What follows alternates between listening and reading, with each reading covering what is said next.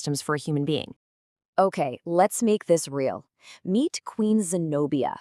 This is a 3rd century warrior queen who didn't just sit on a throne, she actually took on the entire Roman Empire.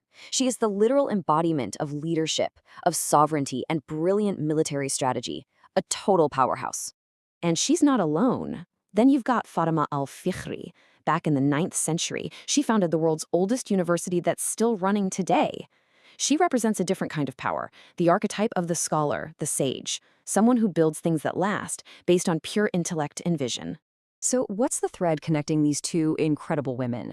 Well, they are perfect expressions of what the famous psychoanalyst Carl Jung called archetypes. You can think of them as these universal potentials that are almost hardwired into our collective human psyche. Zenobia is the ruler, Fatima is the sage.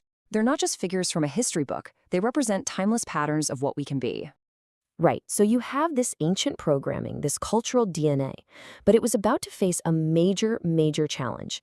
In our modern era, two huge forces came onto the scene to try and completely overwrite this deep cultural code. And this timeline here really shows us where everything changed. Before 2001, these archetypes were just humming along in the background of cultural life. But then after 9/11, a series of massive external shocks hit, and that was quickly followed by the explosion of social media. It created this intense identity crisis and just put the pedal to the metal on change. So the first big pressure actually came from within popular culture itself.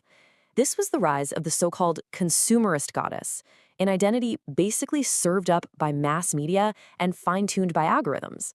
It promised happiness not through growing as a person, but through buying things and looking a certain way. And you can see what was pushing this, right? It was everywhere. Satellite TV was beaming in new ideals 24/7. You had the rise of social media influencers and, of course, the non-stop marketing from luxury brands. All of it was pushing this new culture focused on what's called impression management, basically managing how you look to others instead of building who you actually are. And then came the second hit, and this one was external and way more aggressive. The geopolitical earthquake after 9/11 created this global cloud